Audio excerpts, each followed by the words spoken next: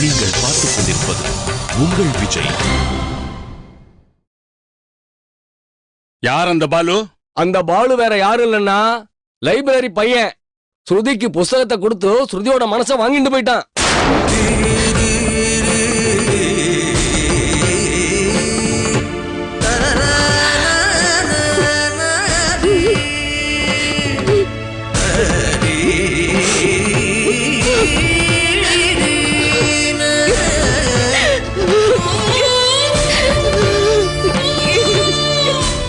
ஐயோ, என்னதெல்லாம்? எங்க ஆத்து பொண்ணு அப்படிப்பட்டவா இல்ல, ரொம்ப அடக்கமான பொண்ணு. யாரோ வேணும்னு இப்படி பொருளை கழிப்பி விட்டுருக்கா.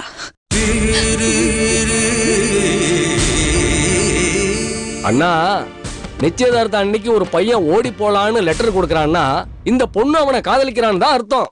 பரமேஸ்வர ஐயராத்துல தைரியமா பொண்ணு எடுக்கலான்னா இப்படி ஆயிடுத்தேன்னா.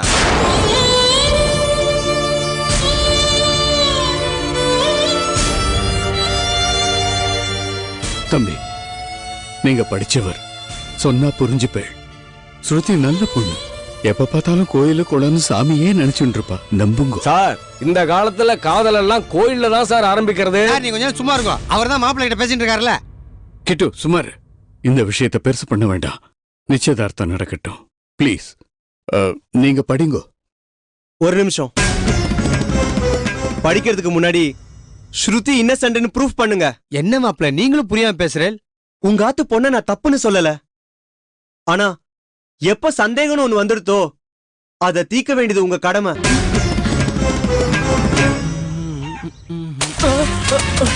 டேய், ஸ்ருதியை பத்தி யாரா உங்ககிட்ட தப்பான லெட்டர் எழுத சொன்னது? நான் எழுதல சார்.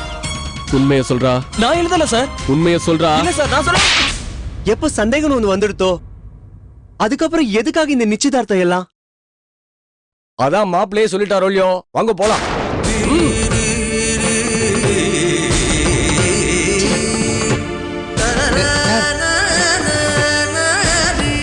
சித்தப்பா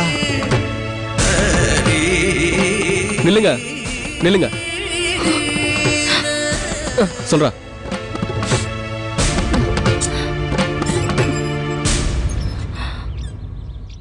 சார், என் பேரு பாலு. அங்க சொல்லு. நான் யாரையும் லவ் பண்ணல சார். இவர் தான் சார் காசு கொடுத்து லைப்ரரி பையன் மாதிரி வந்து ஸ்ருதிக்கு லவ் லெட்டர் கொடுக்கணும்னு சொன்னார் சார். இவரோட பொண்ணை அவங்க மாப்பிள்ளை கட்டிக்க மறுத்ததால ஸ்ருதியோட நிச்சயதார்த்தத்தை நிறுத்துறதுக்காக இவர் தான் சார் எல்லா பிளானையும் பண்ணாரு. மத்தபடி இதுக்கு எனக்கு எந்த சம்பந்தமும் இல்ல சார். என்ன மன்னிச்சிருங்க சார். டேய், யாரா நீ? இங்க வந்து என்ன பேச்சு பேசிட்டு இருக்க? இவனை நான் முன்ன பின்ன பார்த்ததுல இங்க வந்து பொய் பேசிட்டு இருக்காண்டி. ஹலோ, கொஞ்சம் இருங்க. இந்த பையனுக்கு ஏற்கனவே உங்க மேல சந்தேகம் இருந்தது. அதனாலதான் இந்த பையன் இவன் ஃப்ரெண்டை வச்சு நீங்க பேசுறது எல்லாத்தையும் வீடியோ எடுத்து வச்சிருக்கான். இதை விட வேற என்ன ப்ரூஃப் வேணும் பாருங்க.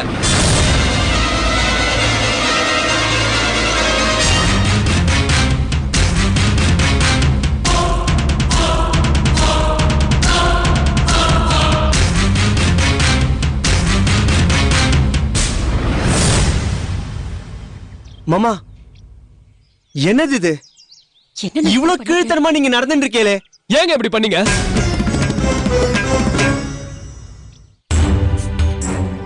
உங்ககிட்ட இருந்து நான் இதை எதிர்பார்க்கவே இல்லை மாமா. என்ன மன்னிச்சிருங்கோ. எங்க மாமா பண்ண தப்புனால நான் கூட கொஞ்சம் டென்ஷனா பேசிட்டேன். ஸ்ருதி உண்மையிலே ஒரு நல்ல பொண்ணுதான். யாரோ வேண்டாதவா பண்றதா எனக்கு முதல்லயே ஒரு சந்தேகம் வந்தது. சரி பரவாயில்ல, விடுங்கோ. வாத்தியார வர சொல்லுங்கோ, நிச்சயதார்த்த பத்திரிக்கைய படிக்க சொல்லுங்கோ. இந்த நிச்சயதார்த்தம் நடக்காது.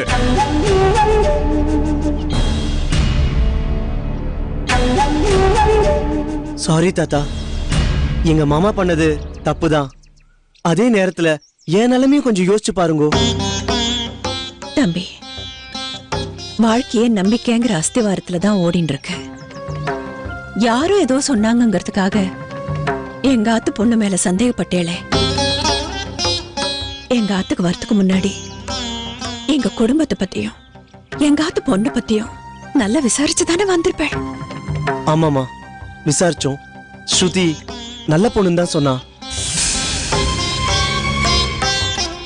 எப்போ உங்களுக்கு சந்தேகம்னு மனசுல வந்துடுதோ அந்த சந்தேகம் வாழ்க்கை பூரா வந்துட்டேதான் இருக்கும். இப்ப நிச்சயதார்த்தம் நின்னு போனா அது உங்க பொண்ணோட வாழ்க்கையை பாதிக்காதா? ஒரு சந்தேகக்காரனோட வாழறதை விட கல்யாணம் ஆகாமலே இருக்கிறது மேல். நீங்க எல்லாம் கிளம்பலாம்.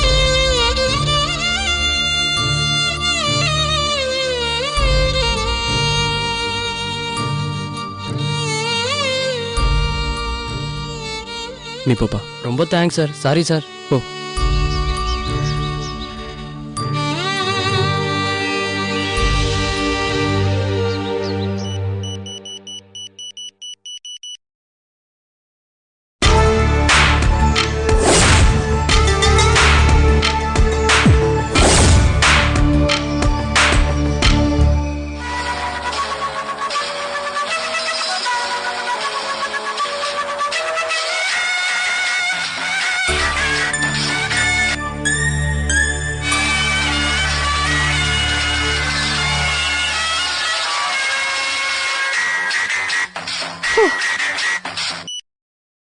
ஹலோ நீலா, என்ன ஞாபகம் இருக்கா?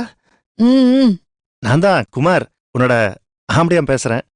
எப்ப இந்த நீலா நட்ராஜனோட கழுத்துல 3 முடிச்சு விழுந்துடுத்தோ அப்பவே நோக்கி என் புருஷங்கிற கௌரவமும் அந்தஸ்து கிடைச்சிடுது. இப்ப என்ன, நீ என் புருஷன் சொல்றதுக்காக தான் போன் பண்ணியா? நீ எப்ப ஆத்துக்கு வர போற? அது வீடா புறா குண்டுன்னு நினைச்சேன். எப்ப அந்த பூத் பங்களால நம்ம ரூம்ல ஏசி போடுவியோ அப்பதான் நாங்க வருவேன். ஆனா ஒண்ணு ஞாபகம் வச்சுக்கோ, சுவிட்ச் போட்டாதான் ஏசி ஒர்க் பண்ணும். சுவிட்ச் போடாமலே நான் உனக்கு சேவை செய்வேன்.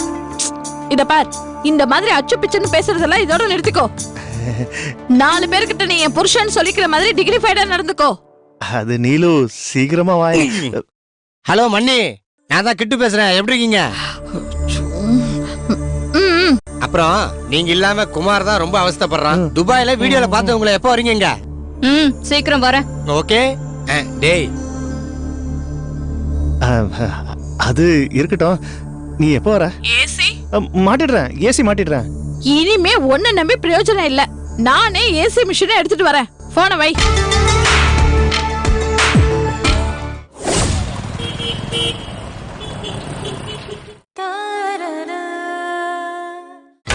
நீங்கள் பார்த்துக் கொண்டிருப்பது உங்கள் விஜய்.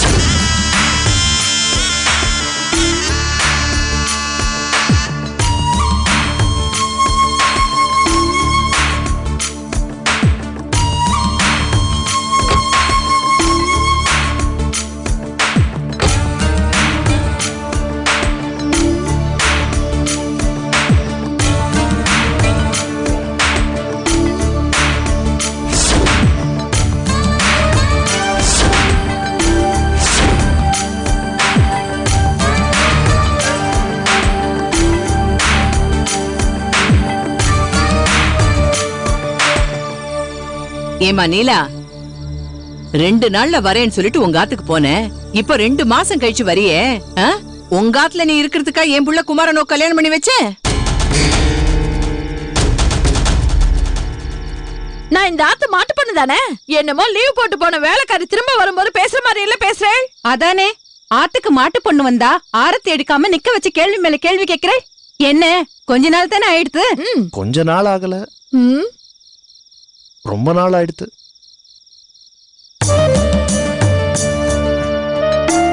என்னது அது? என்னமோ எடுத்துட்டு வரா.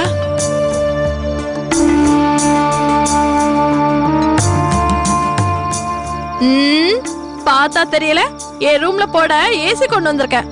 எதுக்கு இப்போ இந்த ஆத்துல ஏசி? அதான் காத்து 4 பக்கமும் ஜிலு ஜிலு ஜிலுன்னு வர்றதே. ஜிலு ஜிலுன்னு வர்றதுக்கு இது என்ன பீச்சா? மாட்டுக்கொட்டையை விட கேவலமா இல்ல இருக்கு. சரி, அப்படியே எடுத்துட்டு வரதா இருந்தாலும் ஒரு வார்த்தை போன் பண்ணி என்கிட்ட சொல்லிருக்கலாமோ இல்லையோ? சொன்னா மாத்திரம் ஒத்துன்றிருப்பேளா?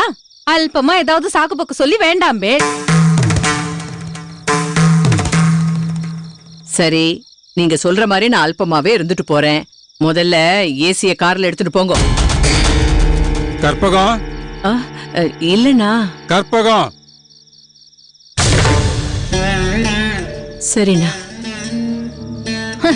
அதான் சொல்லிட்டாரே, போங்கடா போய் சட்டு புட்டுன்னு வேலையை முடிங்கோ, கிளம்புற வேலையை பாப்போம். சரிங்கம்மா. வாடி.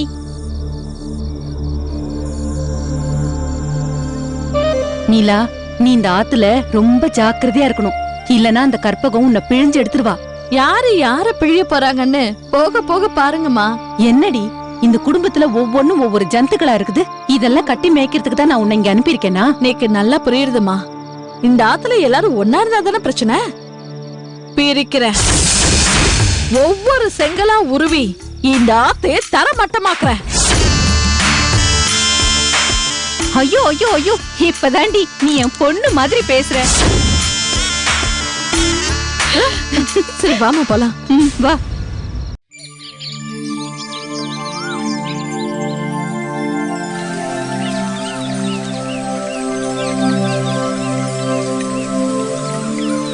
அம்மா, கோதண்ட இருக்காராம்மா?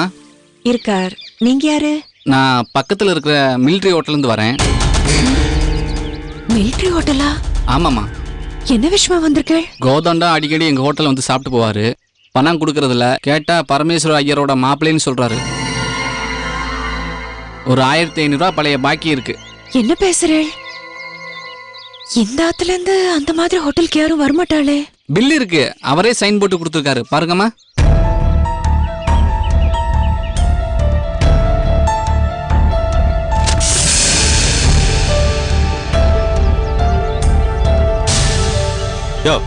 நான் தான் ஹோட்டலுக்கு வரேன்னு சொன்னேன்ல, நீ இருக்கியாங்க வந்த? ஆமா, நீங்க மிலிட்டரி ஹோட்டலுக்கு போய் சாப்பிட்டேளா?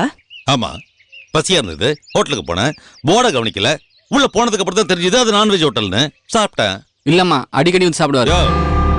உன்னை யாராவது கேட்டாங்களா? ஏன் குறுக்க குறுக்க பேசிட்டு இருக்க? இப்ப அவர் எதுக்கு திட்டுறேள்? சாப்பிட்டுட்டு பணம் கொடுக்காம வந்தது உங்க தப்பு. இத பாருங்க, நீங்க கிளம்புங்க. சரிங்கம்மா. அவர் பணம் கொண்டு வந்து கொடுத்துருவாரு. சரிங்க. சத்திருங்கோ. இந்த ஆத்துல சமையலுக்குன்னு தனியா ஆளை வச்சு வேளா வேலைக்கு சமைச்சு போடுறாளே, அப்புறம் எதுக்கு வெளியில போய் சாப்பிடுறேன்? என்னத்த பெருசா சமைச்சு போடுறாங்க?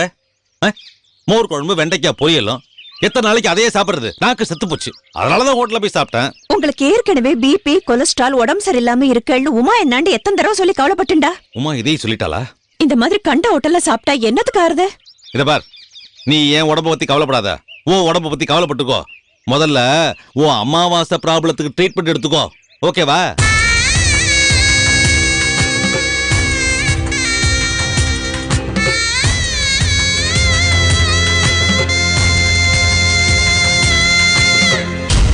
பண்ற தப்பையும் பண்ணிட்டு ஏன் இப்படி எல்லாம் பேசுறேன்? அப்படி என்ன பெருசா தப்பு பண்ணிட்ட? ஹோட்டல்ல போய் சாப்பிடுறது ஒரு தப்பா? சாப்பிடுறது தப்பு இல்ல. இந்த மாதிரி கண்ட ஹோட்டல்ல போய் சாப்பிட்டு பணம் கொடுக்காம சாப்பிட்டதுக்கு அப்புறம் நான் பரமேஸ்வர ஐயர் ஆத்து மாப்பிள்ளைன்னு வேற சொல்லிட்டு வந்தேலாமே, அது தப்பா தெரியலையா? நீ மட்டும் என்ன இந்த ஆத்துல எல்லா அதிகாரத்தையும் உன் கையில எடுத்துட்டு எல்லாரும் உன் பேச்சையே கேட்கறேன்னு நினைக்கிறியே, அதை விட இது ஒண்ணும் பெரிய தப்பு இல்ல. அத நானா விரும்பி எடுத்துட்ட பொறுப்பு இல்ல. அப்பா என்னாண்ட என்ன சொல்றாரோ அதை கேட்டு நடந்துட்டு இருக்கேன், அவ்வளவுதான். அப்பா கூட தான் உன்னை நல்ல அழகான பேர குழந்தையா பெத்து கொடுன்னு சொல்றார். உன்னால முடிஞ்சுதா?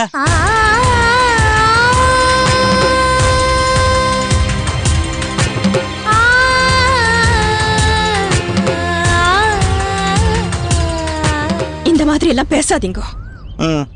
இது அப்பா கிட்ட சொன்னா அப்புறம் விபரீதமாயிடும். என்ன மிரட்டுறியா? மிரட்டுறியான்னு கேக்குறேன். நீ இந்த ஆத்துக்கு வாழ வந்திருக்க, நானும் இந்த ஆத்துக்கு வாழ வந்திருக்கேன். உனக்கு மட்டும் என்ன கொம்பு பிழைச்சிருக்க? அந்த பெரியவரை கையில போட்டு நீ பண்ற அட்டகாசத்துல ஒரு முடிவு கட்டுறேன். ஒரு 1500 ரூபாய் பணம் கொடு, மிலிட்டரி ஹோட்டலுக்கு பணம் கட்டணும். என்ன பாக்குற? பரமேஸ்வர ஐயர் மானத்தை காப்பாத்தணும், நீயே கொடுத்து போயிடும்.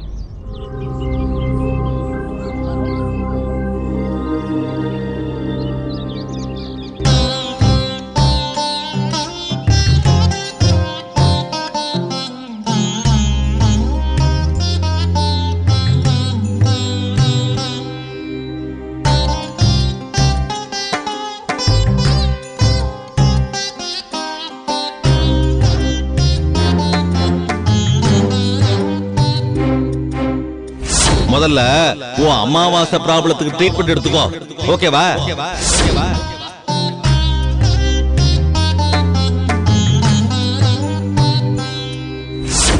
அப்பா கூட தான் உன்னை நல்ல அழகான பேர குழந்தையா பெத்து கொடுன்னு சொல்றார். உன்னால முடிஞ்சுதா?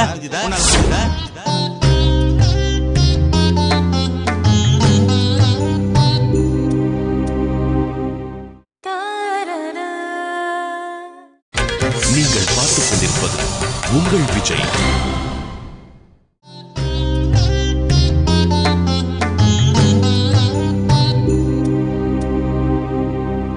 நேயர்களே, நீங்கள் இப்பொழுது டாக்டர் லலிதா ஜோசப் அவர்களின் மருத்துவ அனுபவத்தை பற்றியும் அவர்களது வெற்றியை பற்றியும் பார்த்துக் கொண்டிருக்கின்றீர்கள்.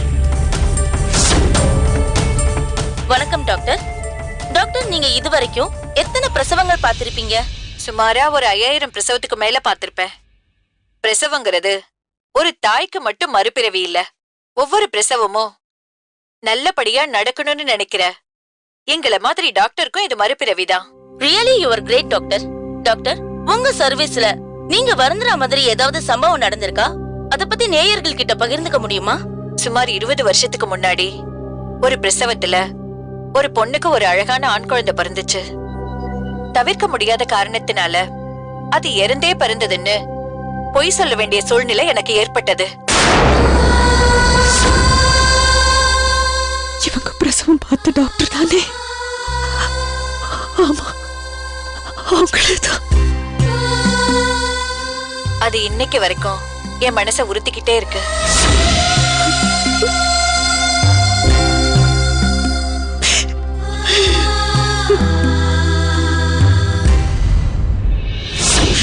ஐம் சாரிம்மா, பிரசவம் ரொம்ப கிரிட்டிக்கல் ஆயிடுச்சு. குழந்தையோட உயிரை எப்படியாவது காப்பாற்றணும்னு நினைச்சோம்.